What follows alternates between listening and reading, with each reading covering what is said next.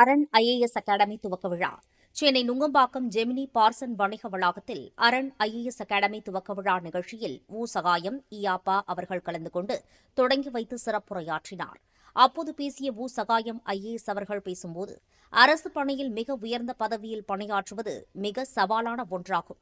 ஏனென்றால் இப்பதவி வகிக்கும் உயர்ந்த அதிகாரிகள் மக்களுக்கு சேர வேண்டிய திட்டங்களையும் அரசு செயல்படுத்துகின்ற அனைத்து செயல் திட்டங்களையும் அவை சரியான முறையில் கொண்டு சேர்ப்பது ஒரு அரசு பணியாளர்களின் முக்கிய பங்காகும்.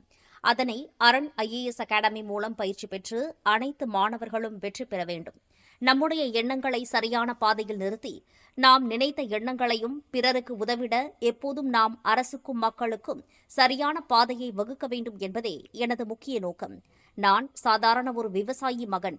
ஒரு ஜில்லா கலெக்டர் என்றால் என்ன அதிகாரம் இருக்கின்றது, அவற்றால் நாம் என்ன சாதிக்க முடியும் என்ற அந்த அதிகாரத்தை சொல்லிக் கொடுத்தது தனது தந்தை. அதற்கு ஒரு அடையாளமாக நான் ஐஏஎஸ் தேர்வு முடித்து மக்களுக்கு பல நல்ல காரியங்களை செய்ய உதவ வேண்டும்.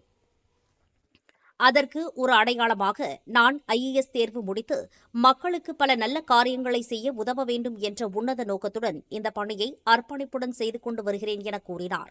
மேலும் இந்த நிகழ்வில் தணிக்கையாளர் ஜான் மூரிஸ், வளம் அகாடமி நிறுவனர் தமிழ் இயலன், தாய் தமிழ் அகாடமி வடகாடு ராசா, அரசியல் பகுப்பாளர் விசயநாதன், வழக்கறிஞர் திருமலை தமிழரசன், வழக்கறிஞர் அங்கையர்கண்ணி, வீரபாண்டிய கட்டபொம்மன் வம்சாவளியைச் சேர்ந்த வழக்கறிஞர் இளைய கட்டபொம்மன் ஆகியோர் கலந்து கொண்டு வாழ்த்துரை வழங்கினர்.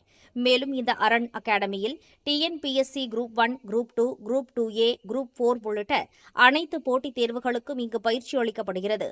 எப்போதும் அரண் ஐஏஎஸ் அகாடமி மாணவர்களின் வளர்ச்சிக்கு துணை நிற்கும் என தெரிவித்தனர்.